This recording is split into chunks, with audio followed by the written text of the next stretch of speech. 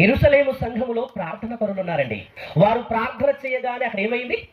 కంపించెను అనే మాట అక్కడ చూస్తాం. యెరూషలేమునందున్న క్రీస్తు సంఘములో ఏముందంటే ప్రార్థన జీవితం ఉంది. సంఘము బలమైన సంఘము ఉండాలంటే, బలము కలిగిన సంఘము ఉండాలంటే సంఘములో ఏముండాలి?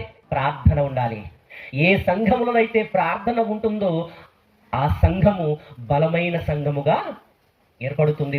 మీ అందరికీ తెలుసు, అపోస్తలుల బోధలోను, సహవాసములోను, రొట్టె విరుచుటలోను, ప్రార్థన చేయుట యందును ఎడతెగగా, యెరూషలేమునందున్న క్రీస్తు సంఘము ప్రార్థన చేయుటలో ఎడతెగగా ఉంది. ప్రభునందు ప్రేమ దేవుని వల్లరా, ప్రార్థన జీవితము కలిగిన సంఘం, ప్రార్థన జీవితము కలిగిన సంఘములో బలమైన భక్తులు ఉన్నారు. ఆ బలమైన భక్తుల యొక్క స్ఫూర్తిని బట్టి బలమైన భక్తులు తయారయ్యారు. ప్రభునందు ప్రేమ దేవుని వల్లరా, అంటే సంఘము శ్రమల గుండా వెళుతున్నప్పుడు ఏం చేయాలంటే ప్రార్థన చేయాలి. అది వాక్యానుసారమైన ప్రార్థన. చాలా మంది మనం ప్రార్థన చేస్తామండి, అది వాక్యానుసారమైనటువంటి ప్రార్థనలు కొందరిలో ఉండవు. వాక్యానుసారమైన ప్రార్థనలో దేవుడు ఖచ్చితంగా సమాధానము అనుగ్రహిస్తాడు. దానియేలు గారు ప్రార్థన పరుడు కదండి. దానియేలు గారు మనం చూస్తే, దానియేలు గ్రంథాన్ని చదివితే దానియేలు గారు గొప్ప ప్రార్థన పరుడు. ఆయన ప్రార్థన చేస్తుండగే కదా రోజుకు 3 సార్లు చేస్తారట.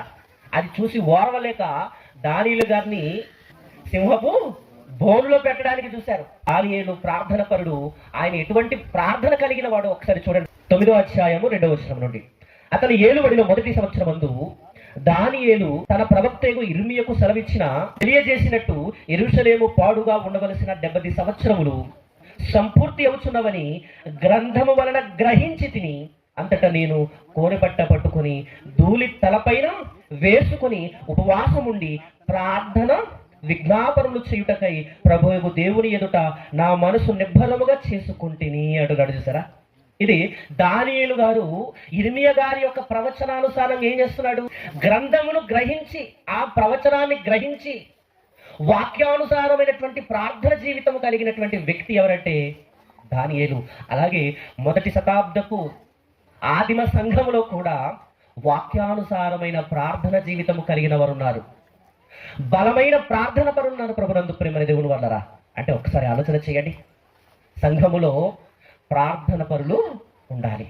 ఏ సంఘములోనైతే బలమైన ప్రార్థన పరులు ఉంటారో బలమైన భక్తులు తయారు అవుతారు. అంటే సంఘములో, ఇప్పుడు మన సంఘములో కూడా ఏముండాలి? ప్రార్థన జీవితం అనేది మనలో ఉండాలి. అలాంటి ప్రార్థన జీవితం ఉంటే ఖచ్చితంగా నుండి బలమైన భక్తులు మనల్ని చూసి తయారవుతారు.